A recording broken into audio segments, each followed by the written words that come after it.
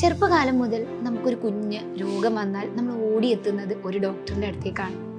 പലപ്പോഴും ഡോക്ടർ എന്നത് നമ്മൾ കാണുമ്പോൾ ഒരു പ്രൊഫഷനിലും ഉപരിയായുള്ള ഒരു ജോലിയാണ്. ഒരു ജോലി ശമ്പളം വാങ്ങാനുള്ളത് എന്നതിലുപരി മറ്റ് പല ജോലികൾക്കും പ്രൊവൈഡ് ചെയ്യാൻ പറ്റാത്ത ഒരു സ്പെസിഫിക് നേച്ചർ ഒരു ഡോക്ടറിൻ്റെ ജോലിക്കുണ്ട്.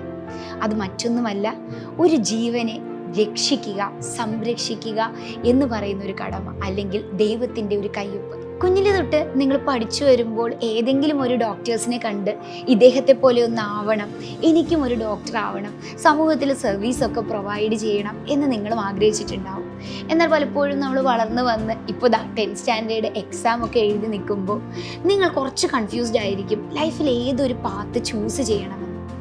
എന്നാൽ ഏതെങ്കിലും ഒരു സമയം നിങ്ങളുടെ ലൈഫിൽ ഒരു ഡോക്ടർ ആകണമെന്ന ആഗ്രഹം കുടുങ്ങിയിട്ടുണ്ടെങ്കിൽ നിങ്ങൾ 10th എത്തുമ്പോഴാണ് ശരിക്കും ഈ ഡിസിഷനെ സ്ട്രോങ് ആയി ഹോൾഡ് ചെയ്യാനുള്ളത്.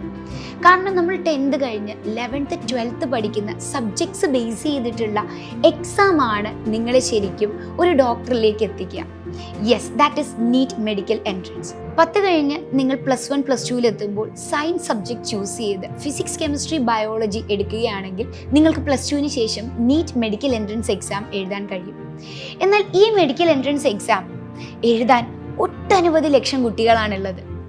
മെയിൻലി ബിക്കോസ് അവർക്ക് എല്ലാവർക്കും തന്നെ ഡോക്ടർ ആകണം എന്നൊരാഗ്രഹമുണ്ട്. അപ്പോൾ നിങ്ങൾക്ക് ഈ ആഗ്രഹം ഉണ്ടെങ്കിൽ നിങ്ങളും എന്ത് ചെയ്യണം? ഈ സബ്ജക്ട്സ് ചൂസ് ചെയ്തുകൊണ്ട് +1 +2നോടൊപ്പം തന്നെ ഈ മെഡിക്കൽ എൻട്രൻസ് എക്സാമിനും കൂടി പ്രിപ്പയർ ചെയ്യണം.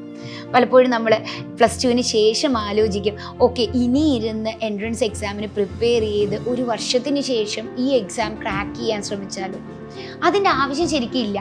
നിങ്ങൾ +1 +2 പഠിക്കുന്ന അതേ സബ്ജക്റ്റുകൾ, അതേ സിലബസുകൾ തന്നെയാണ് ശരിക്കും എൻട്രൻസ് എക്സാമിന് ചോദിക്കുക. ആകെയുള്ള കാര്യം ഈ എക്സാമിൻ്റെ പാറ്റേൺ കുറച്ച് ഡിഫറെൻ്റ് ആണ്.